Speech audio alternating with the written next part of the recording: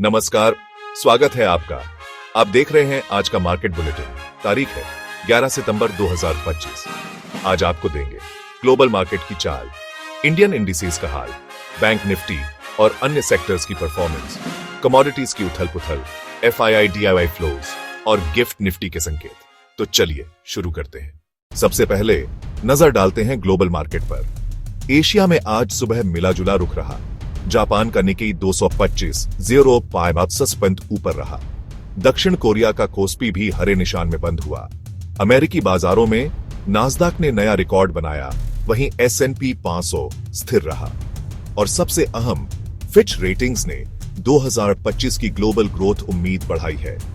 भारत के लिए भी FY24 GDP का अनुमान अब 6.9% कर दिया गया है, यानी ग्लोबल स्तर पर मूड पॉजिटिव है और इसका असर भारतीय बाजार पर भी साफ दिख रहा है। अब बात करते हैं भारतीय बाजार की।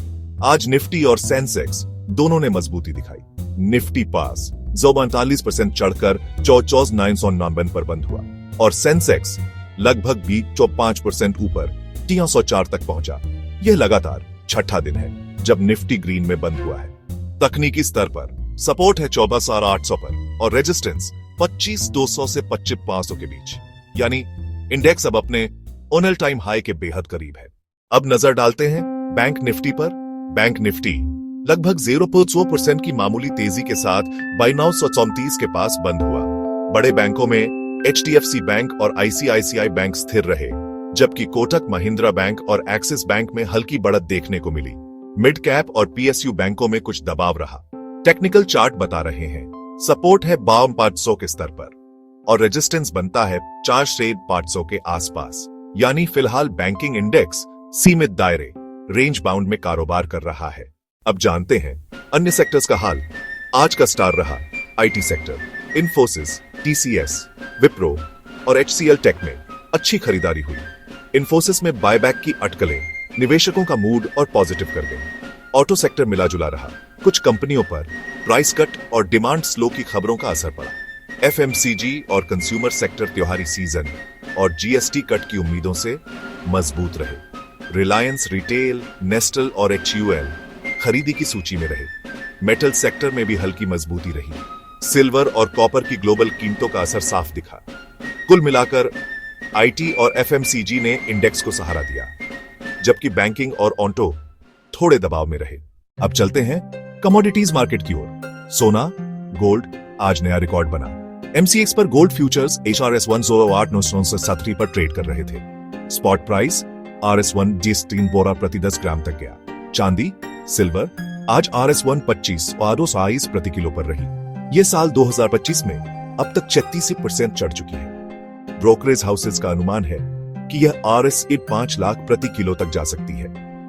क्रूड ऑयल, कच्चे तेल में हल्की मजबूती रही सप्लाई टेंशन की वजह से। इंडस्ट्रियल मेटल्स, कॉपर, जिंक और एल्यूमिनियम पॉजिटिव ट्रेंड में रहे, यानी कमोडिटीज को डॉलर की कमजोरी और फेड रेट कट की उम्मीदें लगातार सपोर्ट कर रही हैं। अब बात करते हैं संस्थागत निवेशकों के फ्लो की। कल के सत्र में फॉरेन इंस्टीट्यूशनल इन्वेस्टर्स यानी FII ने लगभग RS 55 करोड़ की बिकवाली की, जबकि डोमेस्टिक इंस्टीट्यूशनल इन्वेस्टर्स यानी DII ने लगभग RS 5,4 करोड़ की भारी खरीदारी की, यानी विदेशी निवेशक सतर्क रहे, लेकिन घरेलू संस्थानों का भरोसा बाजार को मजबूत करता दिखा। अब बात करते हैं गिफ्ट निफ्टी की। आज सुबह यह 25,88 पर ट्रेड कर रहा था। डे हाई जब 25,93 और लो 25,33 रहा। इससे साफ संकेत मिला कि भारतीय बाजार की ओपनिंग फ्लैट से पॉजिटिव रहेगी। तो आज का सारांश कुछ ऐसा है। ग्लोबल संकेत पॉजिटिव है। भारतीय बाजार लगातार छठे दिन ग्रीन में रहा। बैंक निफ्टी सीमित दायरे में रहा। IT और FMCG सेक्टर लीडर बने। सोना चांदी रिकॉर्ड हाई पर। DIIs ने जमकर खरीदा और गिफ्ट निफ्टी पॉजिटिव संकेत देता दिखा। ट्रेडिंग रणनीति, short term traders IT, FMCG और चुनिंदा बैंक स्टॉक्स पर फोकस कर सकते हैं। बैंकिंग और ऑटो में सतर्क रहना होगा। कमोडिटी ट्रेडर्स के लिए सोना और चांदी सुरक्षित विकल्प बने हुए हैं। यही था 11 सितंबर 2025 का पूरा मार्केट बुलेटिन। अगर आपको यह वीडियो पसंद आया हो तो इसे लाइक और शेयर करें और हर दिन के ऐसे ही अपडेट्स के लिए चैनल को सब्सक्राइब करें, साथ ही बेल आइकन दबाना न भूलें। धन्यवाद। नमस्कार।